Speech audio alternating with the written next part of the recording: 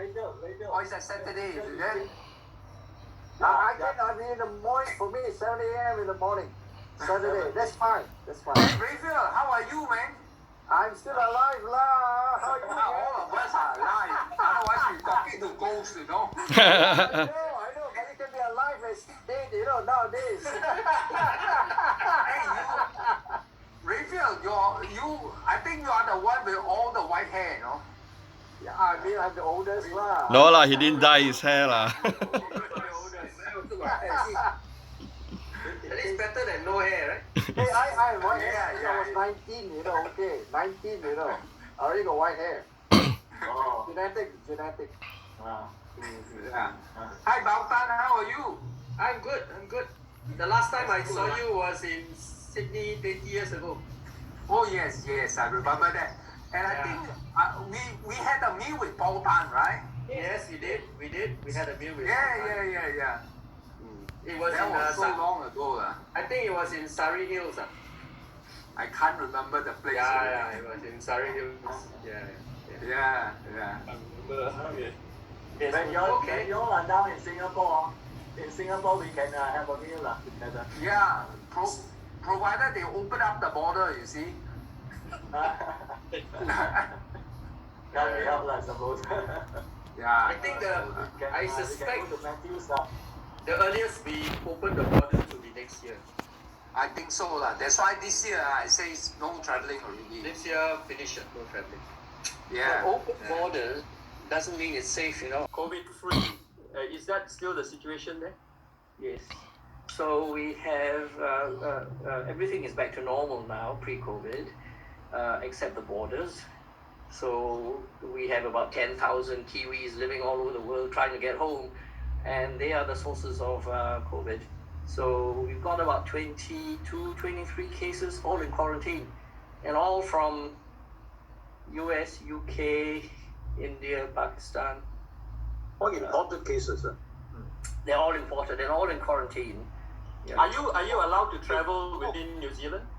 Oh yes, our airport apparently is one of the busiest airports in the world because the airport's open for local travel between all our cities. But you cannot travel to Australia yet, right? Well, no one travels out of the country. So nobody you can travel out if there are flights to go on, but then you bear all the problems of quarantines and everywhere. Yeah. So the big problem today is for people coming home where they're quarantined for 2 weeks at about 4,000 per head. Who pays for it? Right now the public pays for it, but the policy will change such that if you're away because you're working, you got caught with the pandemic and you're just trying to get home, that's fine. But if you're leaving on business and then decide that when you come back you will be in quarantine and you'll pay for your own quarantine, which is probably fair. Yeah. We're all waiting for another outbreak. Yeah. We're all waiting for another outbreak. You never know. Yeah. Well, Paul, Melbourne. Before I answer Bautan, Paul, the thing with the case of New Zealand, there's no community cases, and that is great, because if you have, all you need to do is to control the people coming across your border into your country, and that can be controlled. Whereas the problem with Melbourne is that somehow or other it has got out of control and it is now in the community. Like we have, I think yesterday, the last 24 hours, we have 600 and I can't remember the number, 600 plus 680 cases discovered. And it's in the community, and the trouble and the cases are quite. There are people who are tested positive, who are supposed to be quarantined, but when the police calls on them, when we have this quarantine police, they call on them, they were not home. About what's the word? 25% of people who should be at home were not at home when they were called on, and workers who are tested positive, they still go to work. because they say, well, if I don't work, I don't have money. So it's quite a problem. It's out of control in Melbourne, Baotan. No, I can share something with you guys because I just came back from Hong Kong for work and I'm quarantined at home for 14 days. I must say that our system here is really superb because I'm assured that every day I have 3 SMS messages. Every day I have a home visit by some people to check whether I'm home or not. And I have 3 phone calls every day, video calls to make sure that I'm in the house. So I think in this way, I think this. How do they know you are in the house? Sorry, Cecil. You can just put a background of the house. Yeah, just like Zoom meeting. Yeah. Do they physically check on you? No, they come. Sometimes twice a day, they send people to the house to make sure they see your IC, NRIC. But they're very courteous. They don't really interfere with your private life. They don't come into your house to check every corner when anybody hiding in your house or not. They just at the gate, they say, are you Dr. Wong? Yes, I am Dr. Wong. Show me your IC. IC, okay. Then they say, thank you very much. And they leave. Sometimes twice a day. 3 phone calls a day, video calls, and 2 to 3 SMS messages a day. So I have to be, my phone is on all the time. I would say just efficiency, typical of our system, very efficient. And you get caught, you get punished pretty heavily. So, in Melbourne, that's what we are doing too. There are people calling on homes, so doing exactly what is done in Singapore, except maybe not making the phone calls. I don't know if they do that, but they call on the home and they find that the people are not there. So what can we do? But do they find them? Find them and even jail them like what we do here? Then they really get scared, right? Yeah. I think why do we have suddenly somebody doing the striptease?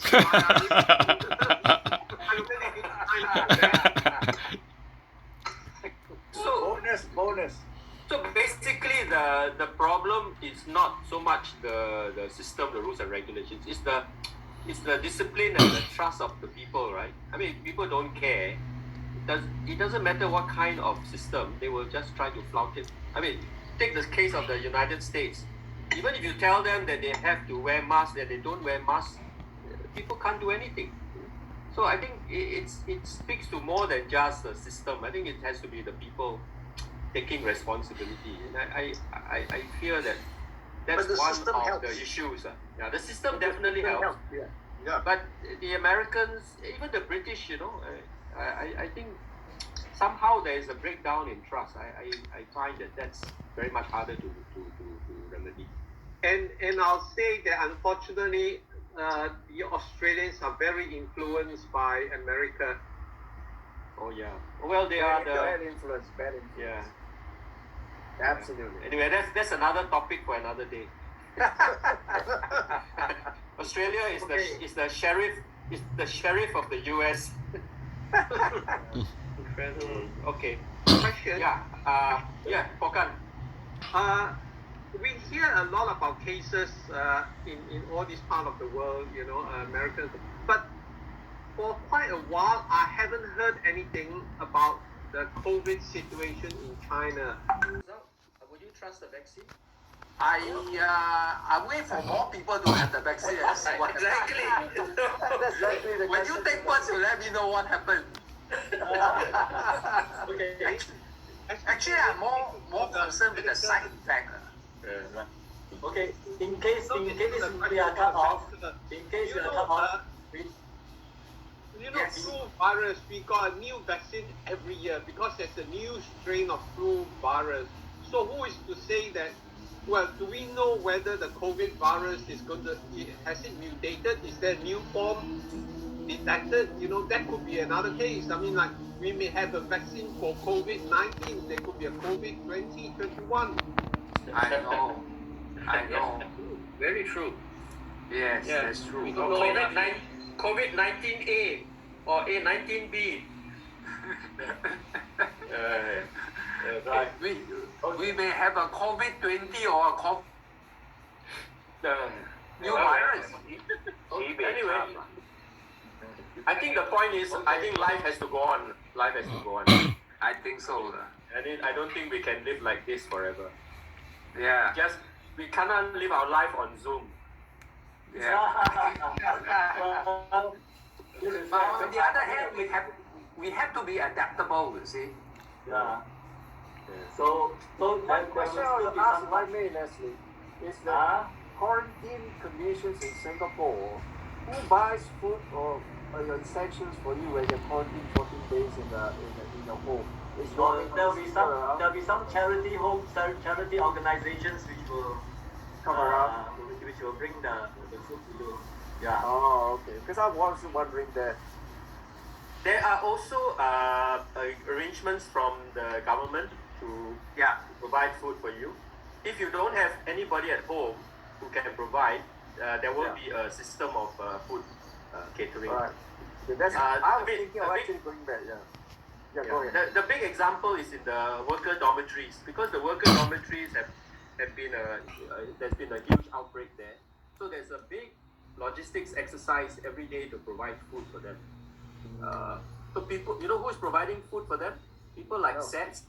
You know the people who provide food for the airplanes. Right. Because now the flights are I see SETS. Right. So they have. SETS has now reconfigured their kitchen to provide food for people like the foreign workers, for people who are quarantined at home. So it's been a total transformation. But there are also other voluntary organizations helping out also. Oh yeah, those are for the not necessarily for the quarantine people. They are for the rental homes, the rental flats, the old folks, people who can't go out. The poor. So the NGOs will go and help these people, because we don't want the old folks to go to market or go and buy food from the hawker center. Yeah. So this has been one of the positives that a lot of volunteers have come out to help the community. I think that's been a good sign. Okay then. Okay. All right. Okay. All right. Take care. Ciao, everybody. See you. Bye. Bye. Okay. Bye-bye. Everybody take care. Be in touch. All right then. Stay safe. Bye bye. Take care. Bye bye. Bye. Thanks.